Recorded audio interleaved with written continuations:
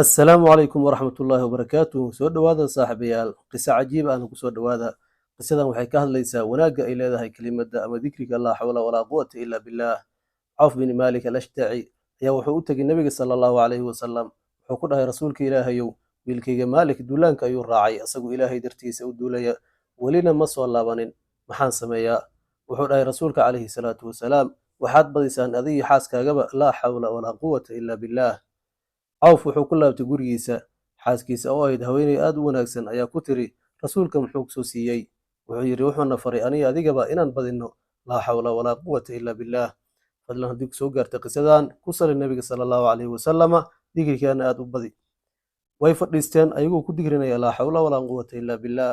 waxa ku soo galay habeenkii oo mugdigiisa wata cabaar kadib waxa la soo gargaraacay albaabka wuu ka furay waa wiilkiisa oo wata ari aad u fara badan wuu farxay wuxuu dhahay aabbo ii waran wiilkii wuxuu yiri mushrikiinta waxay igu xirxireen bira aad waad adag waxayna iga xireen lugaha iyo gacmaha dhowr jeer ayaan isku dayay inaan iska furo laakiin ima suura gelin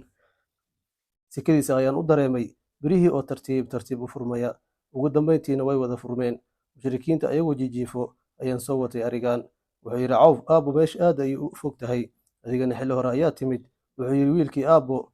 waxa garbahooda igu soo qaaday malaa'igta wuxuu aaday nabiga calayhi salaatu wasalaam si uu ugu sheego laakiin nabiga sallallahu alayhi wasallam ayaa yiri Auf arintaadan qur'aan